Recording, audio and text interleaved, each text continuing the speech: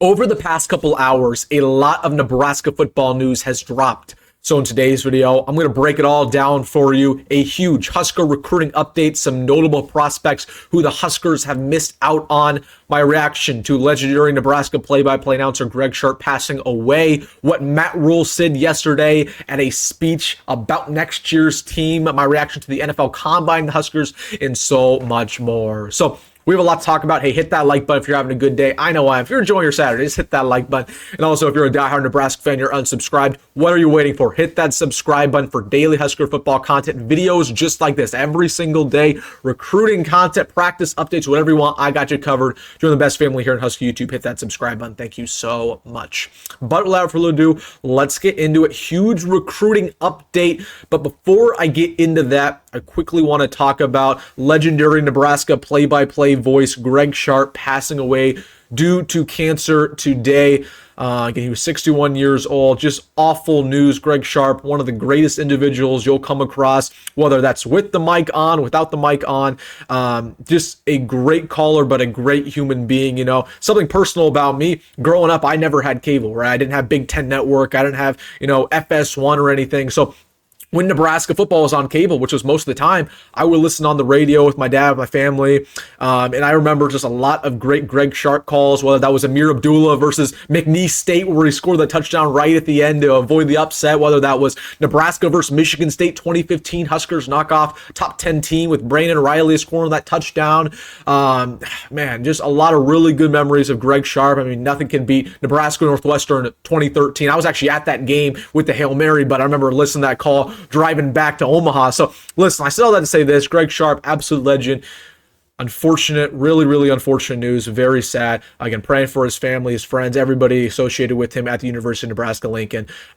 Just awful news there, and just prayers up. So I want to talk about that really quick when it comes to Greg Sharpe. Rest in peace. I want to talk about Husker recruiting next, because there's been a lot of smoke going around with Nebraska recruiting, particularly a lot of our misses. And I've been asked a lot of questions. What's going on? The Huskers struggling.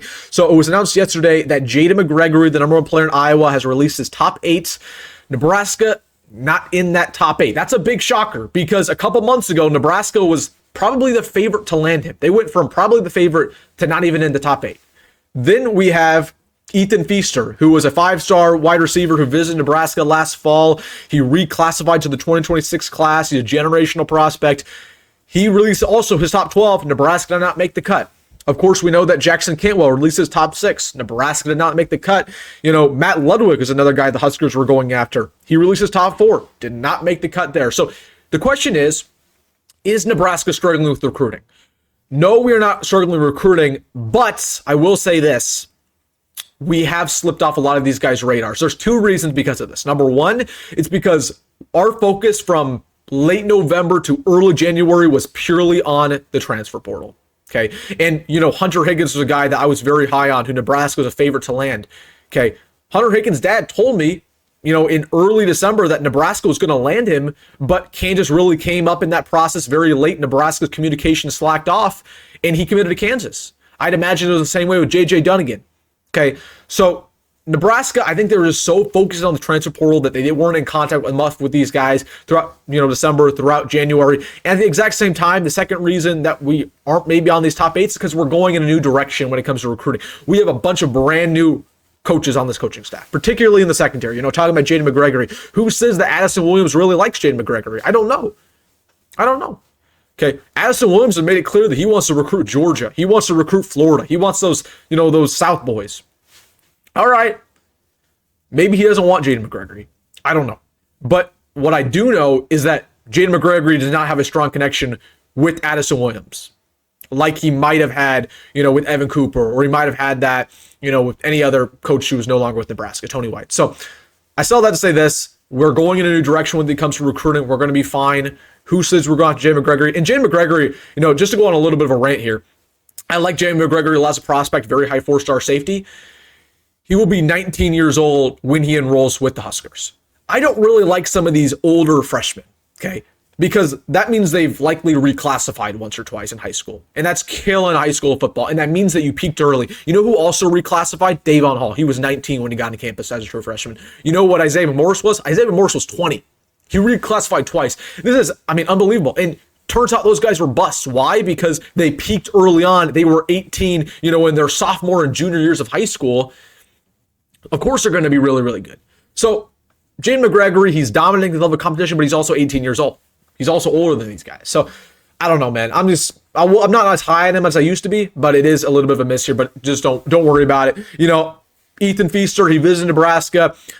We just haven't won enough. That's the bottom line. We just haven't won enough to get a guy like him at that 5-star spot. Wide receiver, same thing with Jackson Cantwell. All 6 of these programs are winners. All 6 of them. Maybe not Miami, but all 6.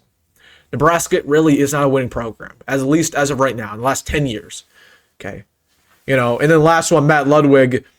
Again, all these guys are winning programs except for Texas Tech, and Texas Tech has been throwing around money like crazy. And he probably has the best connection there with their head coach in McGuire. So let's say this. I'm not freaking out about recruiting at all, not in the slightest. But it should be noted that we are missing out on these guys, who I think some of them are really good prospects like Jackson Cantwell, but we're gonna be fine. We're going to be fine. We're going to get a top 20, top 15 class, but those are some misses there that honestly are pretty shocking, right? You thought that we were leading. You thought that we were in the top 5. I did too. And then we went out of that top 5 completely. And that's just because of the transfer portal and our new coaches and our new direction when it comes to recruiting. So I want to give you guys an update on that. Want to quickly talk about the NFL Combine real quick. The Huskers who got an invite. We have Tommy Hill who got an invite. Not shocking. Ty Robinson, not shocking. And then we got 2 controversial Nebraska football players, not a lot of people's favorite players, Thomas Fidone and Isaiah Nair. Both have got a lot of, not a great attention from the fan base, but they both get combine invites. And then most notably, Nash Hutmaker did not get an invite. So overall reaction to this, not shocking on any single one of these guys. Isaiah Nair was phenomenal at the Shrine Bowl. That's what put him above the top. And then Thomas Fidone, also really, really good. I can't remember. He was at the Senior Bowl and he had a really good week. So they have an opportunity. Nash getting snubbed. I don't really know if Nash got snubbed. I like Nash. He's a good guy. I just don't really see an NFL future for him. He's not athletic enough in my opinion. Yes, he's a wrestler. Right, but he's not that athletic freak nose tackle. I can see him playing nose tackle in the league, but their nose tackle's going away. Right, a lot of these guys you really can't be a nose tackle in the NFL. So he needs to more be like a 2 technique, 1 technique. So I don't know. He's probably going to be an undrafted free agent at this point. If you don't make the combine, you're not going to get drafted. Ty Robinson. Again, I think he's going to go 3rd round. Tommy Hill, probably 4th round at this point. I still think he's going to go high. I don't think Thomas Fidone is going to get drafted. I know we got a combine invite. It's just, if you are injured this many times, it is hard for teams to draft you. They take that into account. It was the same way with JoJo Doman. He had a 4th round grade, 3rd round grade on him, and he went undrafted because he tore his ACL a couple times. Okay, and then Isaiah Nair. I do think Isaiah Nair gets drafted 6th or 7th round just because of measurables and speed. That's it alone. So wanted to talk about that real quick. And then last but not least, Matt Rhule talked yesterday at the Broyles Award ceremony for high school coaches. And he mentioned Nebraska just a little bit. He talked about our jump. He said, I'm expecting Nebraska to take a big jump from year 2 to year 3. He feels very confident about it. He said he shouldn't say this because he knows it's going to be streamed and people are going to clip it. But Matt Rhule, very confident about the team next year. He also said something that was interesting. He said he's not an X and O guys. He says that no player under Matt Rhule is going to say that Matt Rhule is a guru, a football guru. That's what he said. His speech was all about, however, the development and the accountability of players. And this is something that I've harped on forever. Matt Rhule is not a mastermind coach. He does not claim to be. And I've been telling you guys this for 2-3 years, okay? Matt Rhule is not a mastermind. He's not a guy who can completely out-scheme a head coach. He's not, a film rat. He's just not one of those guys. He's not a great recruiter necessarily. He's been a good recruiter now, but that's not what he is. But what he is, and what you can take to the bank about Matt Rhule, is he's a phenomenal developer. And he's going to bring guys, who aren't great and make them NFL players. He's going to take 0 stars and make them 4 stars, okay?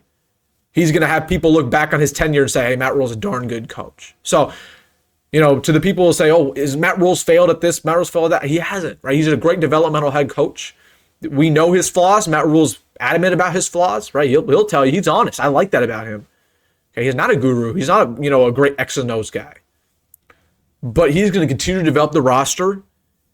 He's going to continue to expect a lot of these guys. We're going to continue to get more wins every single year, bring guys to the NFL. And you'd hope that the offensive coordinator, defense coordinator can step up in those, play calling aspects, the strategy aspects. And then we'll be a darn good football team, national championship worthy. So I liked that he said that. He was honest about it. It was an interesting speech. I would definitely recommend you guys to look that up. Royals Award High School. Matt Rhule talked for about 15-20 minutes yesterday. So, all right, guys, a lot of different news here. You're getting really sad. Waking up to the Greg Sharpe news this morning. Awesome play-by-play announcer, even better individual, and he will be sorely missed in the Nebraska community. All right, guys, let me know your thoughts down below. Have a great Saturday night. Let me know your thoughts in the comment section. Hey, if you made this far on the video, you know what to do. Hit that like button and subscribe. As always, folks, go be great. Go Matt Rhule. See you in the next one.